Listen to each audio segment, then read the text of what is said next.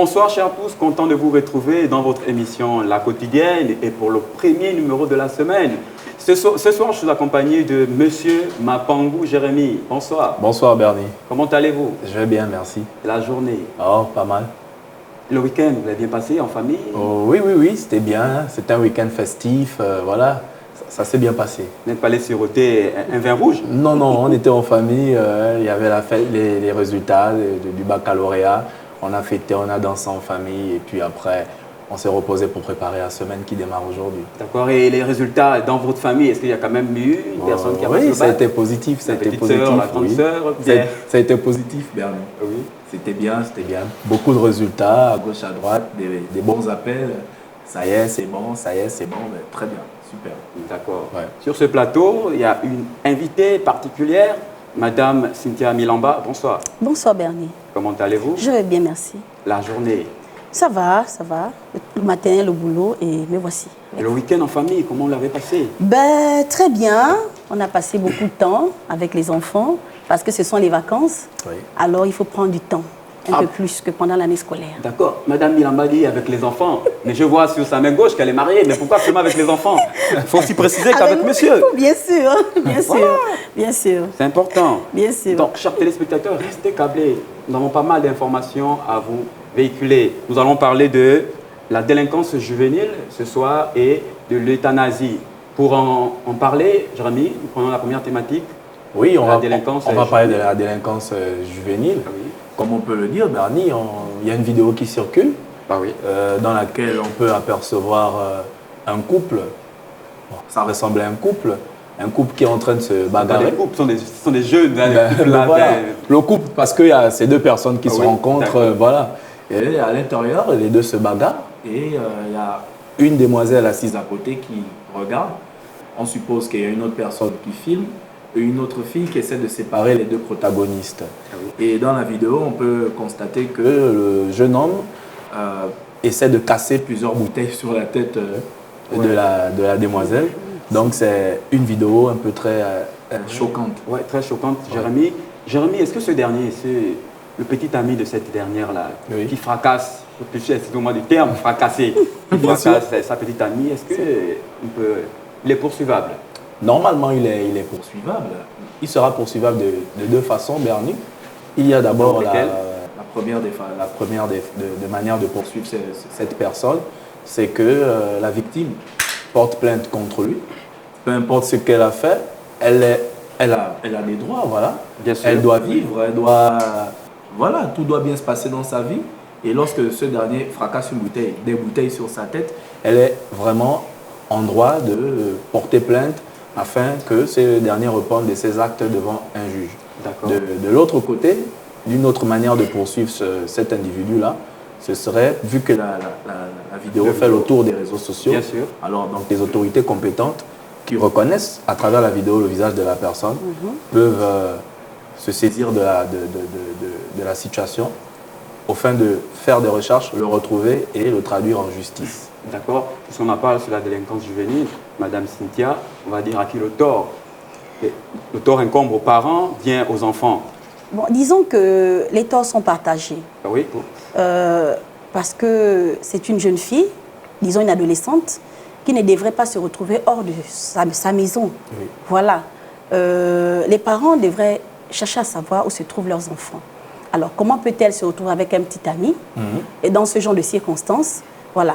Elle aussi, en termes d'éducation, c'est une jeune fille, on suppose qu'elle va à l'école. Oui, voilà. bien sûr. Elle a reçu une instruction et une éducation de la part de ses parents. Oui. Alors, elle devrait pouvoir faire le meilleur choix, comment se comporter. Voilà. Quel ami choisir, parce que c'est une affaire de compagnie, Bien de sûr. mauvaise compagnie. Bien sûr. Voilà, pour se retrouver dans ce genre de situation. C'est vrai. D'accord. Madame Cynthia, nous avons l'éducation donc parentale, Bien sûr. l'éducation publique, l'éducation Scolaire, Bien sûr. et de nos jours, la délinquance juvénile prend de l'ampleur. Bien malgré ces différents types Oui, d'éducation. bien sûr, malgré ces différents types d'éducation, elle prend de l'ampleur. Nous voyons des vidéos par-ci, des vidéos par-là, et vraiment, je me dis, la responsabilité, comme on dit toujours, je pointe toujours du doigt sur la responsabilité.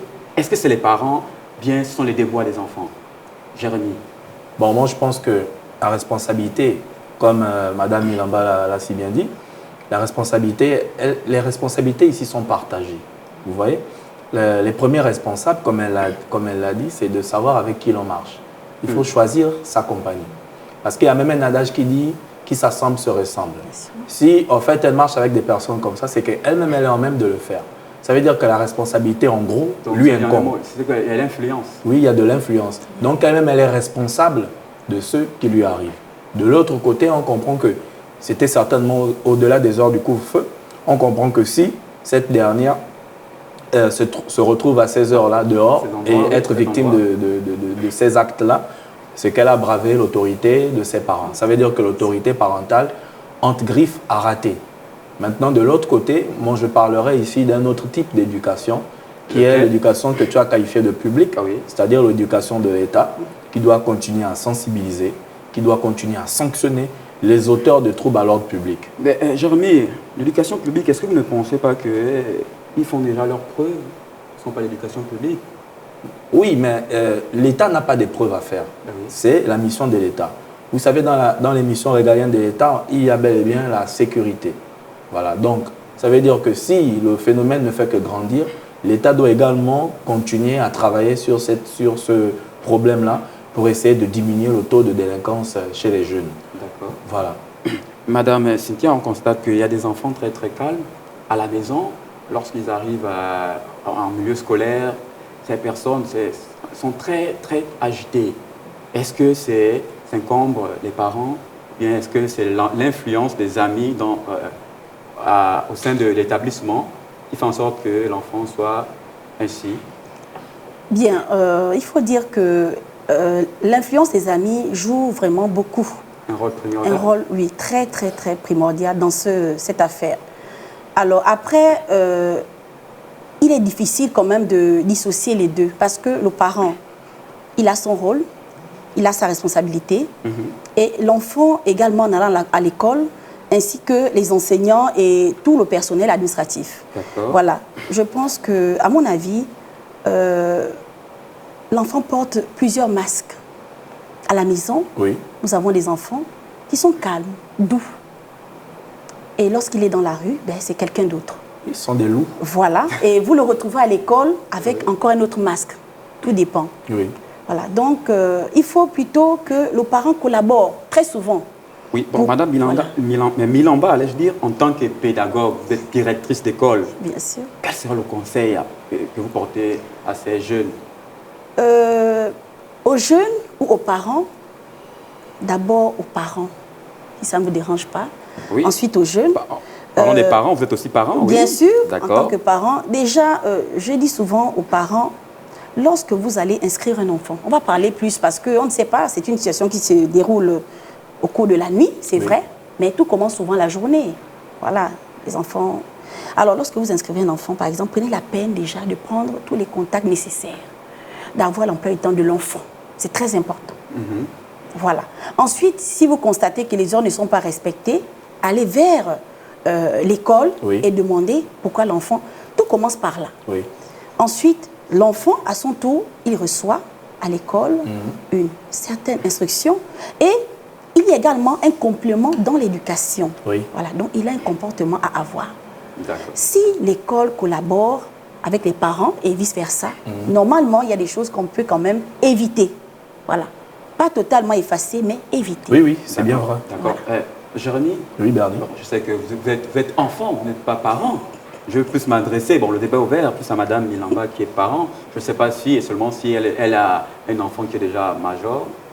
Est-ce que vous avez des enfants majeurs? Non, des adolescents, oui. Des adolescents, d'accord. Est-ce qu'à la maison, vous êtes ouvert avec vos enfants?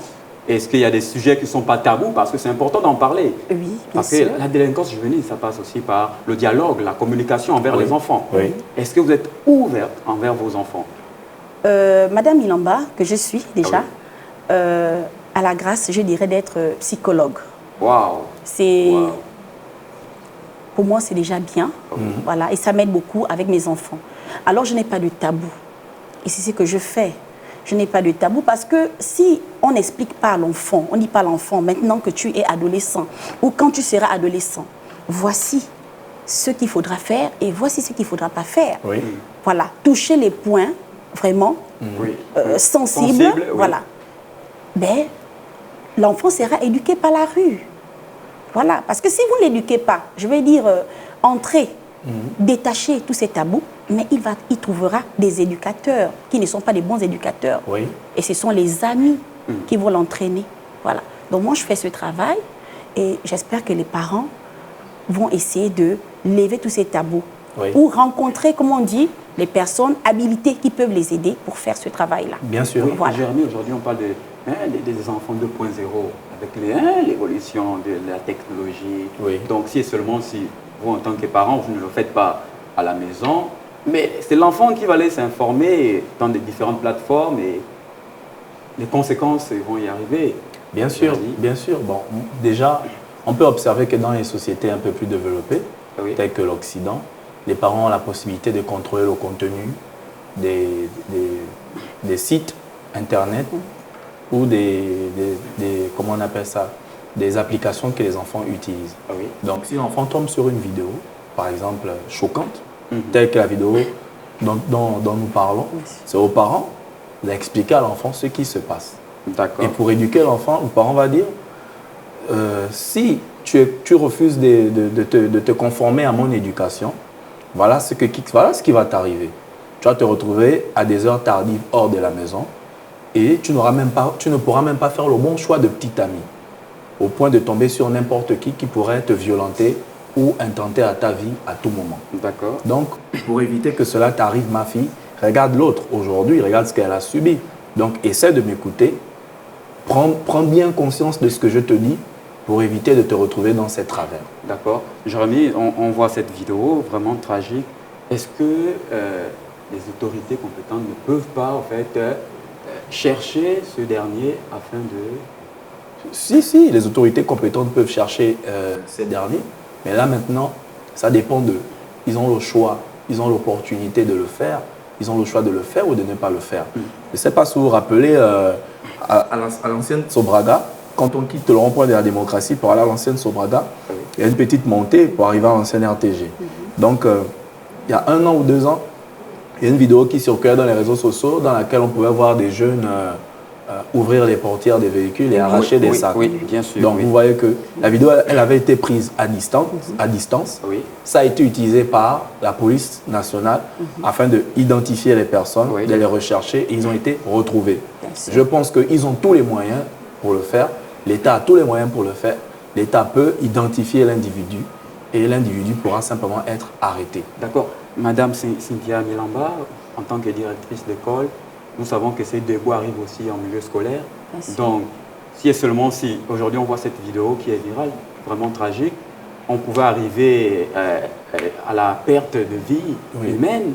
Donc, quel sera, en tant que directrice, le conseil que vous pouvez donner à ces différents élèves qui apprennent dans votre établissement et à ceux qui ne sont pas de votre établissement, à toute la jeunesse?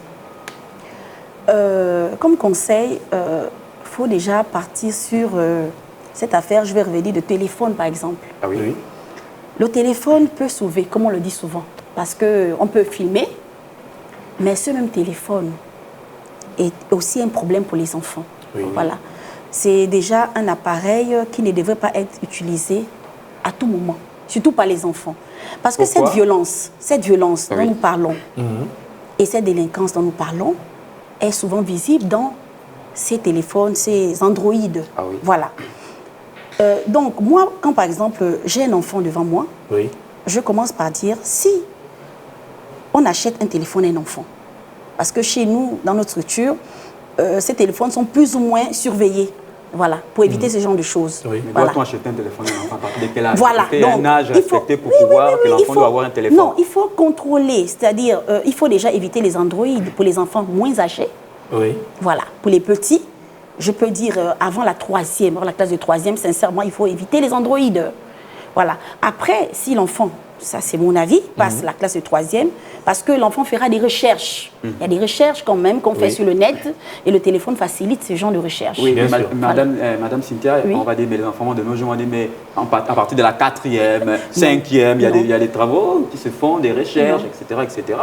Non, mais permettez-moi. Qu'ils aillent directement sur le net, directement. Parce qu'avoir un téléphone, c'est autre chose que d'aller directement sur l'ordinateur. Parce que l'enfant, la nuit, il manipule ce téléphone. Oui. Vous, parents, vous dormez. Vous ne maîtrisez pas la situation. Même pour les enfants plus âgés, scolarisés, il vaut mieux, quand je dis contrôler, même au-delà de la 3e, il faut veiller. Hein. Ça semble peut-être fort. Moi, je dis, il faut récupérer à une certaine heure. Moi, je dis, c'est prudent. Oui. Récupérer à une certaine heure ce téléphone et le lendemain, après les cours, restituer à l'enfant. Oui. Parce que vous n'êtes pas sûr que lorsque vous dormez, l'enfant dort. C'est une réalité. Voilà. Et qu'est-ce qu'on fait la nuit? Eh bien, c'est ça. Il manipule, il regarde voilà, toutes les images qui sont... La nuit est faite pour dormir. Voilà. Et l'enfant devient stressé, fatigué. Oui. Voilà. Et il y a forcément un impact sur les résultats. D'accord. Donc, très chers téléspectateurs, vous l'avez si bien compris avec les mots de la psychologue, Madame Cynthia. Donc, nous allons marquer une pause et se retrouver tout à l'heure.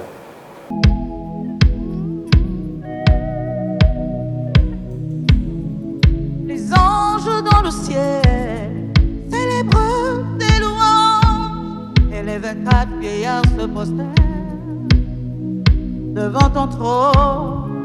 Les anges dans le ciel célèbrent des louanges et les 24 vieillards se prosternent devant ton trône, Daddy. Oh, oh, oh, Daddy. Oh, oh, oh, Daddy.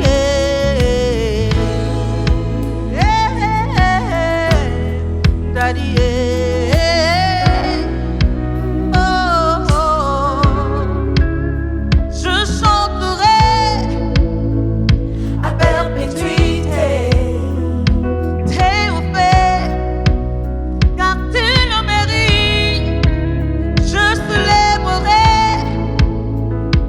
à jamais, et je le dirai, car tu es grand, si puissant pour ma vie, Daddy.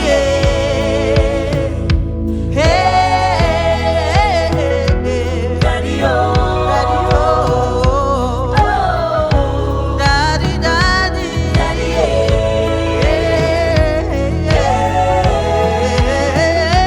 daddy, oh, oh, c'est toi qui mérites la louange de ton peuple, Daddy, Daddy, oh, je célébrerai ton nom, Daddy, chaque jour, chaque instant, Daddy. Chaque moment, il pleuve ou fasse vent, Daddy. Dans les bons, les mauvais moments, je chanterai ta louange, Daddy. Dans les bons, les mauvais, je dirai que tu es grand. Dans les bons, les mauvais moments, je chanterai ta louange. Je chanterai ta louange. Dans les bons, les mauvais moments,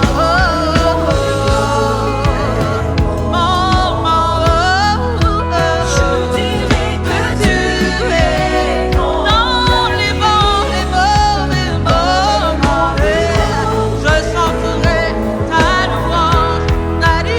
Je chanterai ta louange. Dans les bons, les mauvais moments.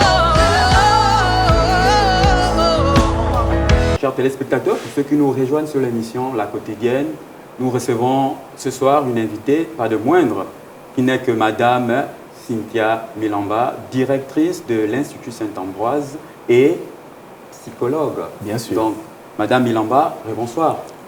bonsoir et bonsoir Bernie. D'accord. Alors, je viens déjà reprendre, directrice de l'Institution Saint-Ambroise. Ah oui. Voilà. il y a quand même une petite différence. Et voilà. Et alors, je suis ici avec vous et je viens déjà vous dire merci pour cette invitation. Oui.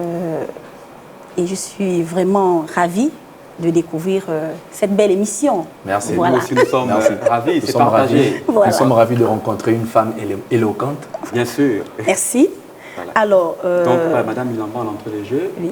En tant que directrice, oui. l'Institut Saint-Ambroise, c'est quoi l'Institut Saint-Ambroise? Institution Saint-Ambroise, c'est un établissement privé, oui. confessionnel, voilà, dont le fondateur est l'abbé Mbumbwas, un ancien prêtre Mbumbwas. Ah, ça. Voilà, voilà. D'accord. À l'époque, prêtre de Notre-Dame des Apôtres. Oui. Voilà, donc c'est une jolie petite école, un lycée, qui va de la 6e en terminale. Voilà. Oui. Et nous essayons, nous travaillons. Chaque année, nous améliorons nos résultats. Et nous pouvons dire aujourd'hui que nous avançons sûrement. D'accord. Voilà. Donc, on va se prêter à un petit jeu. Quand je dis jeu, c'est vraiment...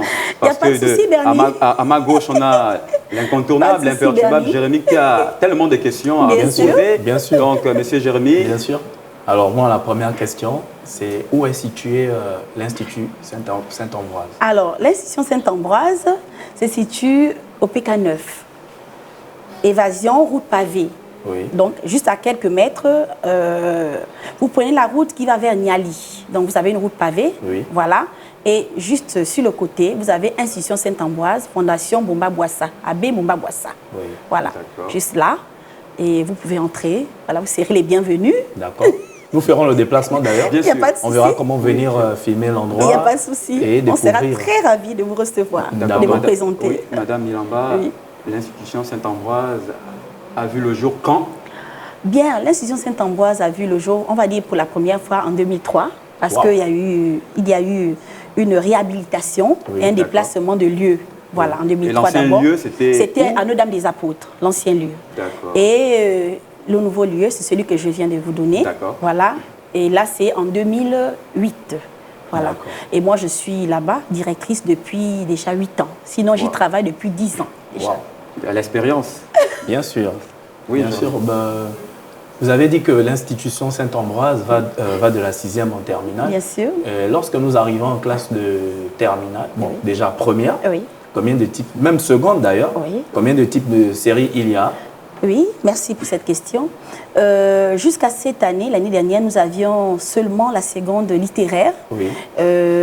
Ensuite, nous avions la première A1 et la première B. Oui. Terminale A1, terminale B. Pour cette année, nous avons la grâce d'avoir beaucoup qui vont en seconde scientifique. Super. Et nous voulons vraiment former des scientifiques parce que nous avons une bonne promotion face à nous. Et nous voulons les garder là pour vraiment avancer avec eux. Oui. Donc, nous ouvrons cette année une seconde scientifique. Oui. Voilà. Comme je dis souvent pour nos bébés, parce que ce sont vraiment, si vous venez, c'est des petits-enfants, voilà, qui sont là avec nous depuis la 6e. Voilà. Donc, c'est bien de voir comment ils ont évolué et de voir les résultats produits. Voilà. Quand vous avez des enfants qui vont en seconde avec 15, les enfants de lui, avec 15... À quel âge environ? Il a 13 ans. 13 ans. Premier. Super. En secondaire. Avec 15 de moyenne. Oui, avec 15. Est-ce qu'il y a, c'est que IGS est là, vous vérifiez, j'aime bien. Monsieur Mapando, à votre époque, est-ce qu'à cet âge, vous étiez déjà... Bon, moi déjà, Bernie, on a fait la 3e ensemble. Bien sûr. Lorsque vous étiez en 3e, j'avais 18 ans. J'avais quand même les 12 de moyenne, mais je n'avais pas 15. Voilà. Ah, mais c'est un génie, le petit. Bien sûr, génie. Bien sûr. Wow. 15. Ça veut dire que le bac, c'est 16 ans. Oui, logiquement. 16 ans, logiquement. Super. Voilà. Ce n'est pas la première fois. Oui, voilà. C'est juste que, en voyant cela chaque année, on a préféré maintenant travailler avec les parents pour que nos enfants continuent avec nous en seconde scientifique. Parce qu'on avait ce souci. Oui. On les voyait souvent partir dans des établissements. Voilà. Il est mieux vraiment qu'ils continuent dans ce milieu-là, voilà, avec des effectifs très réduits. C'est bien vrai. Voilà. Et surtout que le président de la République prône les matières scientifiques. Voilà, bien sûr, le pôle scientifique, voilà, bien sûr. Voilà. Le pays puisse aussi se développer. Justement. Donc c'est important. Et Madame Cynthia, on va dire les résultats, on parle des pourcentages. Oui. En partant par exemple de la 6e, en 4e, est-ce qu'il y a des bons pourcentages, il y a des résultats très bons résultats. Je dirais vraiment, je voulais surtout remercier vraiment, en toute sincérité, le travail du ministère cette année. D'accord. Voilà, c'est vrai qu'ils font un travail, mais on est rentré dans IGES. C'est ce qui me plaît. Oui, parce qu'aujourd'hui, les statistiques sont visibles partout. Ah oui. Voilà. Normalement, les parents peuvent vérifier et c'est tant mieux. Voilà. Et quand c'est comme ça, vous voyez, le parent peut voir quel est le travail. Oui, on ne cache plus les résultats. Non. Et c'est tant mieux. Oui. Nous, on est très bien comme ça. Voilà. Alors, donc, vous avez un suivi pointu là-dessus, qui est seulement vous en tant que pédagogue, parce que vous êtes directrice. Bien sûr. Parce qu'il y a des enfants de nos jours qui ne vont pas dire aux parents que oui, il faut aller regarder sur XGS. Est-ce que vous faites votre devoir en tant que pédagogue pour dire que vous interpellez, vous appelez les parents pour dire que voilà la moyenne de vos enfants, etc. Non. Pas de souci. XGEST concerne vraiment, je vais dire, le public, ou bien le ministère, ou certains parents qui veulent par exemple vérifier certaines informations, comme les statistiques aux examens. Si je vous dis au BPC, on a eu 16 admis sur 18, vous pouvez vérifier avec 88,88%. Voilà, c'est visible. Voilà, ça ne se cache pas. Et au bac, on attend. On est déjà sur une bonne, un bon pourcentage. Voilà, donc on attend parce qu'on va finaliser avec la délibération des admissibles. Bien sûr. Alors, donc je disais, non, pour les enfants, on garde le contact. C'est-à-dire, on prend la peine de répertorier les numéros de tous les parents. C'est un travail de proximité que nous faisons avec les parents. Vraiment. Oui. Alors, c'est dommage, mais peut-être plus tard, on pourra peut-être avoir un parent, plus tard. Parce que même lorsque vous devez remettre les bulletins, parce qu'on remet, hein, ils ne vont pas sur IGES, ils sont sur IGES, mais nous retirons les bulletins, nous imprimons, parce que le parent doit venir vers nous. Voilà. Maintenant, avec la situation du Covid, il peut arriver que pour des raisons sanitaires, le parent soit amené à aller imprimer le bulletin sur IGES directement. Voilà. Mais comme on n'a pas d'effectif pléthorique, on essaie de s'organiser. Voilà. Donc ça ne pose pas de problème. Moi j'aimerais visiter la question des coûts. Combien il faudrait pour s'inscrire au premier à l'institution Saint-Ambroise. Oui. Alors les coûts sont, on va dire, à la portée. Oui, à la portée de tous. Je vais m'arrêter spécialement sur la 6e. Alors nous avons une 6e à 157 500. L'année. Oui, l'année. Oui. Vous voyez ces données. L'inscription, elle est gratuite. Wow. Vous voyez, elle est gratuite. Pourquoi? Parce que nous voulons travailler avec ceux-là. Quand les enfants arrivent en 6e, il est plus facile de les accompagner. Nous ne sommes pas contre les entrées des autres élèves sur les autres niveaux. Il n'y a pas de souci. Mais on appelle ça notre pépinière. La pépinière. Parce que cette pépinière, lorsqu'elle est entretenue, vraiment, lorsque ces enfants arrivent en 3e, nous avons ce résultat de 16 sur 18, sinon presque 18 sur 18. Voilà, parce que les deux autres étaient des enfants déjà. On avait rappelé les parents, ramené les parents à l'ordre, mais ça n'a pas été suivi. Voilà, donc on va dire 157 500 pour la 6e. Et le reste, ça ne dépasse pas 200 000. Les classes de 3e et les classes d'examen, le coût s'élève à combien? Le coût pour la classe de 3e s'élève à 257 000 pour la 3e. Soldé sur, on va dire, 12 mois? Voilà, non, soldé sur un paiement par tranche, on va dire. D'accord. Donc, premier trimestre, trimestre. À la rentrée, on parle maintenant des quadrimestres. Donc voilà. Non, j'espère que ce sera les... Voilà, lorsque vous venez à l'inscription, vous avez déjà, vous donnez 2 tiers de la somme parce que ce n'est pas très, très élevé. Voilà, et puis, ça évite de mettre les enfants dehors parce que ça, il faut reconnaître aussi, c'est normal, c'est le privé. Alors, il faut bien que les parents aussi payent. Alors, donc, nous, on ne veut pas que les enfants soient dehors. Donc, le parent donne déjà les 2 tiers de cette somme et au fur et à mesure, au plus tard, janvier, février, cette somme est achevée. Voilà, parce qu'on ne va pas trop... Le système mensuel pose problème. Voilà, lorsque le parent n'a pas, au début, on a les moyens, on peut vraiment faire mieux. Voilà, il faut éviter que les enfants soient dehors. Madame Milamba, quels sont vos effectifs au premier cycle, en partant de la 6e en 3e? Quels sont vos effectifs? Alors, les effectifs, de façon globale, ne dépassent pas 35 élèves par classe. Super. Voilà. Comme je vous ai dit, on a eu une 3e qui avait 18 élèves. Et c'est très bien pour nous. Voilà. Parce que lorsque les enfants sont très nombreux, ça pose un problème au niveau du suivi des enfants. Ouais, alors, oui, si on bien se sûr. retrouve avec une cinquantaine d'enfants, on est obligé de séparer, de faire deux classes. Oui. Voilà. Sinon, on a 35, on a eu 35 en 6e et en descendant. Voilà. Au second cycle, les effectifs sont encore moindres. Voilà. Oui, combien? On a eu, en première, on en avait 15. Oui. En seconde, on n'en avait pas assez. On en avait une dizaine. Oui. Voilà. C'est important Voilà. que ça viendra Et avec en les terminale, chiffres. on a eu 7. Oui. Voilà. Wow. Parce que c'est comme je disais, on continue avec l'institution, avec nos élèves d'abord. Oui. On n'est pas contre les élèves d'extérieur. Mais on ne peut pas ouvrir une seconde avec les élèves qui viennent de l'extérieur. Il faut déjà compter sur ce que nous avons. Bien sûr. Voilà. Donc si vous avez, par exemple, comme j'ai dit, là, 18 en 3e, vous n'attendez pas beaucoup pour la seconde. Oui. Après, il y a ceux qui viennent de l'extérieur. Oui. Voilà. Mais on se sent bien. Voilà. Moi, je trouve que les effectifs réduits nous donnent des Bien meilleurs sûr. résultats. Bien sûr, je suis Voilà. d'accord, je partage cette idée. Voilà. Ok. Moi, j'aimerais savoir, est-ce que l'institution Sainte-Ambroise a des accords avec des organismes nationaux, internationaux? Qu'est-ce que j'entends par exemple par organismes internationaux? On a Campus France, par exemple, ou encore des bourses qui sont offertes par la Russie, par La Turquie. Oui. par l'Espagne, tous ces pays-là. Est-ce que vous êtes affilié? Est-ce que vous avez ce projet d'être affilié à ces organismes-là? Oui, nous avons un projet. Il faut déjà qu'on revienne sur la terminale parce que nous sommes seulement à notre 2e année. Oui. Voilà, D'accord. c'est notre 2e promotion que nous Oui. présentons là, au bac. Et à la 3e, à la 4e promotion, je pense qu'on va Vous parlez déjà... de deuxième promotion. Oui, et la oui. première promotion, il y avait combien le pourcentage? Le pourcentage C'est important était... toujours pour oui, bien sûr. ceux qui veulent, qui voudront s'inscrire à bien l'institution sûr, Sainte-Ambroise. bien sûr. La première promotion a fait 100% en A1 et 50% en B. Oui. Voilà, d'accord. parce que la B, c'est ça. Mais en A1, c'était 100%. C'était la première promotion. Là, nous sommes à la 2e. Oui. Voilà. Ok, d'accord. Madame Milamba, quel est le mot que vous pourrez dire à ces différents élèves qui voudront rejoindre l'institution Sainte-Ambroise?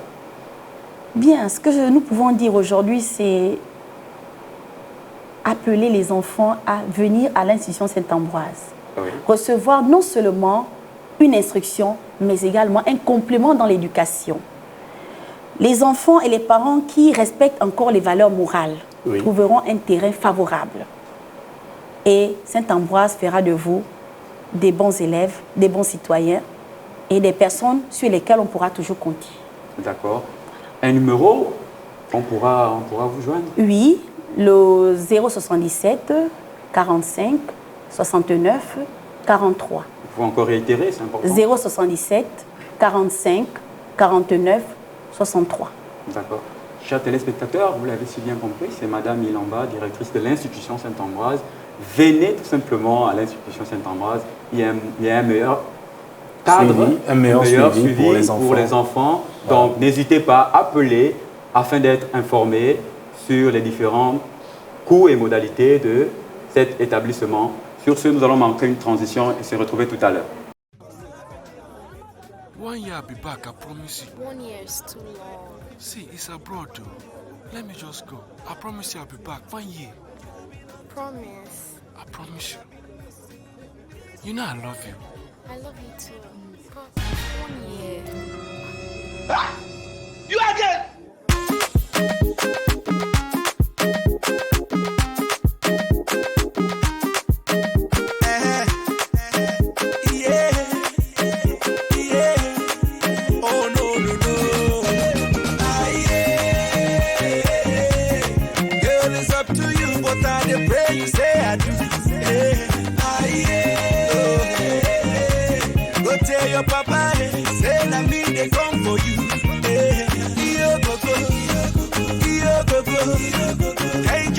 Bishop una egadigo iyo gogo Kenje na nke bishop una ifadigo Today na today and when I finish you go know say na me as you did the delay to prove my loving you must chop my money cause my bank alerts na bagam my checking on the bounce my mansion on a badam baby take a look around my bank alerts na bagam. My checking on the bounce. My mansion on a badam. Make you take a look around. Girl, it's up to you, but I dey pray you say I do.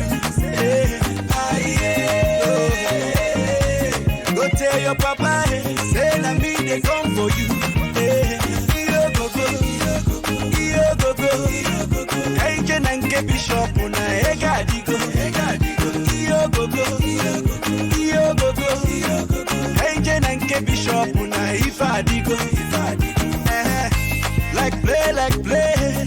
The person we want chop you run, they beg to stay. Them say I the grace, say which can love be this? They don't know how I feel. Baby say something, make we do something. Yeah, let me hear you say I do. Baby say something, make we do something. Yeah, baby muna gige bio, cause my bank alerts na bagam. My checking on the bounce, my mansion on a badam. Baby take a look around. My bank alerts na bagam. My checking on the bounce, my mansion on a badam. Make you take a look around. Girl, it's up to you, but I dey pray you say I do. Go tell your papa, say na me they come for you. Yo go go, Angel and get bishop on a egadigo. Yo go go, Angel and get bishop on a ifadigo.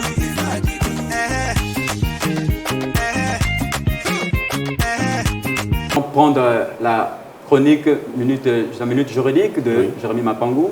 Jérémy Mapangou, qu'est-ce que tu nous réserves ce soir? Bernie, aujourd'hui, nous allons parler de l'euthanasie. Ah oui, l'euthanasie, voilà. C'est quoi l'euthanasie? Déjà, l'euthanasie, c'est un procédé par lequel on met fin à la vie d'une personne qui est par exemple souffrante d'une longue maladie ou d'une maladie incurable. D'accord. Jérémy, vous dites on met fin à la vie d'une personne. Avec l'accord de la personne, bien l'accord des parents? Mais justement, parfois c'est avec l'accord de la personne, parfois c'est sans l'accord de la personne. Parce qu'il y a deux types d'euthanasie. Ah oui. Il y a l'euthanasie. Sans l'accord de la personne. Oui. L'accord des parents? Oui. En concertation, les médecins en concertation avec les parents, soit les médecins en concertation avec le malade lui-même. Alors je disais qu'il y avait deux types d'euthanasie. Il y a l'euthanasie active et l'euthanasie passive. D'accord. L'euthanasie active, c'est simplement le fait d'administrer un produit à la personne pour accélérer sa mort. Oh, merci. Voilà. C'est par exemple quelqu'un qui est malade. Des choses, là. Voilà, Bernie, c'est par exemple quelqu'un qui est malade. Madame Milamba. Bien sûr. Vous avez déjà entendu parler de l'euthanasie? Bien sûr. Voilà. Donc, on injecte le produit à la demande du malade qui souffre, qui dit je veux mettre fin à mes souffrances. Docteur, tue-moi. Ou encore en concertation avec les parents. La vie est tellement précieuse. Voilà. En concertation avec les parents, les parents disent docteur, il souffre trop, tue-le. Ça, c'est l'euthanasie active. Maintenant, l'euthanasie passive, c'est simplement le fait de laisser la personne succomber à ses douleurs. On ne lui administre plus aucun traitement. Wow. Madame Milamba, est-ce que vous avez quelque chose à dire sur l'euthanasie? Non, je voulais avoir plus d'informations sur l'euthanasie. Voilà. Quelques questions? Oui, allez-y. Par rapport à ce que dit par exemple le droit, par rapport à bien sûr, l'euthanasie, on parle de l'euthanasie. Vous voyez, là, ça dépend des sociétés. Oui. Est-ce qu'en Afrique, au Gabon, on prend l'exemple, l'euthanasie est assimilée au crime. C'est assimilé à un crime. On n'applique pas ça aussi au Gabon? Non, l'euthanasie n'est pas appliquée au Gabon. Voilà, ça peut se faire, mais il faudrait que ce soit fait dans le secret. Voilà, c'est-à-dire qu'en concertation des parents et du médecin. Pourquoi au Gabon c'est considéré comme un crime, Jérémy? Simplement parce que notre société, elle est à l'image de certaines sociétés occidentales telles que la France. Voilà. Vous savez qu'on a été colonisé par la France. On va dire quoi? L'ordre public français et quasiment l'ordre public gabonais. Ils estiment que lorsqu'une personne est malade, il faudrait tout faire pour la garder en vie, peu importe le degré de douleur. Donc ça veut aussi dire qu'en France, là-bas, non, on ne pratique pas l'euthanasie en France. Maintenant, où l'euthanasie s'appelait? Il y a certaines sociétés. Par exemple, là encore, il faudra pousser le bouchon plus loin, Oui. mais l'euthanasie qui est acceptée dans certaines sociétés est acceptée dans les sociétés dans lesquelles le suicide est autorisé. Parce qu'il y a certaines sociétés qui autorisent le suicide. Donc on assimile parfois l'euthanasie au suicide. Et lorsque quelqu'un demande à ce qu'il signe une décharge, il demande à ce qu'on puisse le libérer de cette douleur, la société autorise cela. Mais pour le cas du Gabon, l'euthanasie est quelque chose qui est proscrit. Un médecin qui pratique l'euthanasie, même avec autorisation du malade, est, comment dirais-je, considéré comme étant l'auteur d'un crime. Ainsi que pour la famille qui va aller rencontrer le médecin en disant que mais là, il souffre trop, essayer de le débrancher, essayer de faire quelque chose pour qu'on en parle. Donc, Madame Milamba, si seulement si l'euthanasie était appliquée en République gabonaise et il arrivait, par exemple, que la question, le débat est ouvert, qu'il y a un parent qui veut mettre fin à ses jours dans votre famille, est-ce que vous serez apte de le faire? Non, parce que, comme disait tout à l'heure Jérémy, notre société africaine prône vraiment pour la préservation de la vie. Oui. La préservation de la vie. Alors, nous voyons des personnes très âgées, parfois vraiment très épuisées, mais nous préférons les voir s'en aller de façon naturelle, les voir mourir de façon naturelle. Mais participer d'une manière quelconque à encourager ou à aider cette personne à mourir. Voilà, mourir, non, je crois que... C'est affreux. Je ne sais pas, c'est vraiment au-delà du crime. Voilà. Donc, moi, personnellement, je ne pourrais pas, voilà, c'est mon avis, accepter. Voilà, je ne pourrais pas, parce que aussi en tant que chrétienne, voilà, il faut le dire. Je voulais même en venir. Voilà. Je crois que nous devons porter nos souffrances. Ce n'est pas facile, voilà, mais il faut les porter et attendre notre jour pour être appelé. Voilà. J'espère que Jérémy, Madame Milamba veut dire qu'attendre notre jour. J'espère qu'à la maison là-bas, bien Madame Milamba, s'il y a la belle-mère là-bas qui sent que bien ta mère là-bas te fatigue, parce que j'en ai vu, pour dire que tu l'as déjà parti, je ne veux plus, je suis fatigué, etc. Mais même si elle le souhaite, comme on disait plus tôt, l'ordre public, c'est-à-dire la loi, le législateur interdit cela. Voilà. Si ça se pratique et après on demande l'autopsie, on demande de faire l'autopsie. Lorsqu'on fera l'autopsie, on va découvrir que la personne n'est pas morte de manière naturelle. Elle est morte parce qu'on lui a administré un problème. Au Gabon, on fait l'autopsie. Oui, l'autopsie est pratiquée au Gabon. Oui, le Gabon a une femme d'ailleurs qui est, on va dire, le tout premier médecin légiste au Gabon. Elle enseigne à l'US, à l'Université des sciences de santé d'Ovendo. Elle exerce également dans des CHU. Et j'aurais appris qu'après elle, il y a d'autres qui ont été formés. Donc aujourd'hui, au Gabon, on peut avoir 2 ou 3 légistes. Donc seulement si la quotidienne se déplace vers l'US, on va trouver cette dame là-bas. On peut la rencontrer. D'accord. On peut la rencontrer. C'est le médecin légiste gabonais. D'accord. Voilà. Donc, ne pratiquez pas l'autopsie parce que si la vie est mitigée dans la famille, on soupçonne que c'est toi qui allais voir le médecin pour tuer et que l'autopsie vraiment... le bilan nous dit que la personne est morte parce qu'on lui a administré un produit, vous ferez la prison. Voilà. La loi est contre cela. En tant que juriste, c'est le juriste qui parle. Donc, chers téléspectateurs, ne pratiquez pas l'euthanasie chez vous. J'allais déjà dire l'autopsie. L'euthanasie chez vous. Donc, prônez les valeurs qui est de la vie. Voilà, supporter le malade, peu importe les conditions, peu importe sa souffrance. Donc, Jérémy, Madame Cynthia Milamba, nous sommes arrivés au terme de notre émission. Un mot de fin? Le mot de fin, c'est... Un coucou à passer. Voilà, de vous dire merci, de faire un coucou spécial, si vous le permettez, à mon époux. D'accord. Voilà, mon époux. Mais c'est qui cet époux-là? Le prénom, on voit mon Madame époux, Milamba. C'est Aimé Milamba.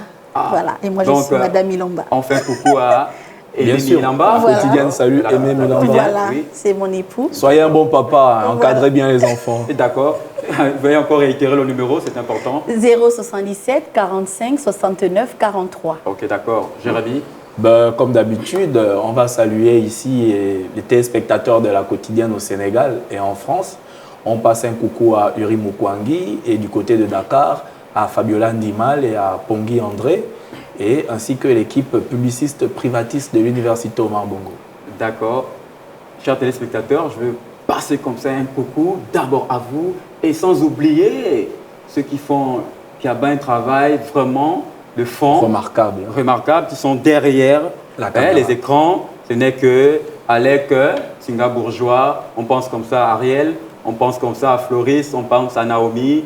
Sur ce, n'oubliez pas que nous combattons un ennemi invisible qui n'est que le corona. Donc, veillez vous protéger, veuillez respecter les mesures barrières édictées par le gouvernement. Ciao, ciao.